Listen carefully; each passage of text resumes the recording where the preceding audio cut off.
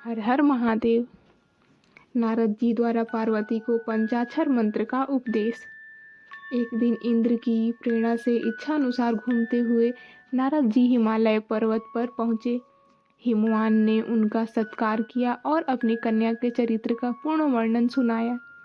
नारद जी गिरिराज से भगवान शिव का भजन करो ऐसा कहकर वहाँ से विदा हुए। वहाँ से वे भगवती काली के पास आ गए और उन्हें संबोधित करके उनके लिए हितकारी वचन कहने लगे। हे शिवे, तुम्हारे स्वामी महेश्वर विरक्त और महायोगी हैं। उन्होंने कामदेव को जलाकर तुम्हें सकुशल छोड़ दिया है, इसलिए तुम उत्तम तपस्या में निरत हो। चिरकाल तक महेश्वरी की आराधना करो। तपस्या के द्वारा संस्कार युक्त हो जाने पर रुद्रदेव तुम्हें अपनी भार्या अवश्य बनाएंगे और तुम भी कभी कल्याणकारी शंभु का परित्याग नहीं करोगी। शिवा ने नारद जी से कहा, हे मुने, रुद्रदेव की आराधना के लिए मुझे किसी मंत्र का उपदेश कीजिए।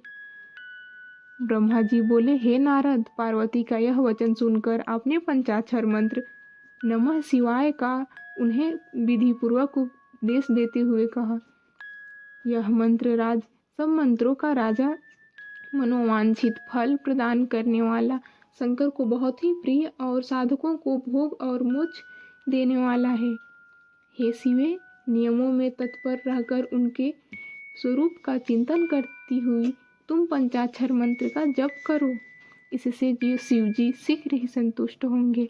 अपने माता पिता से किसी प्रकार आज्ञा प्राप्त कर भगवती पार्वती तपस्या में संलग्न हो गई और पंचाक्षर मंत्र के जप में रत हो गई। वे भगवान शंकर का ध्यान करने लगी। इस प्रकार तप और महेश्वर का चिंतन करती हुई उन काली ने 3000 वर्ष उस तपोवन में बिता दिए। 3000 वर्ष बिताने के बाद उनकी कठोर तपस्या से यह संपूर्ण चराचर जगत संतप्त होने लगा। देवगणों ने ब्रह्मा जी के पास पहुंचकर निवेदन किया, हे विभो, इस समय यह सारी सृष्टि क्यों जल रही है? इसका कारण ज्ञात नहीं हो पा रहा है। ब्रह्मा जी कहते हैं, तब मैं भगवान विष्णु से निवेदन करने के लिए उन सभी के साथ शीघ्र ही क्षीर सागर गया और उनसे सारी स्थिति का वर्णन किया। विष्णु जी बोले, मैंने सारा कारण जान लिया है।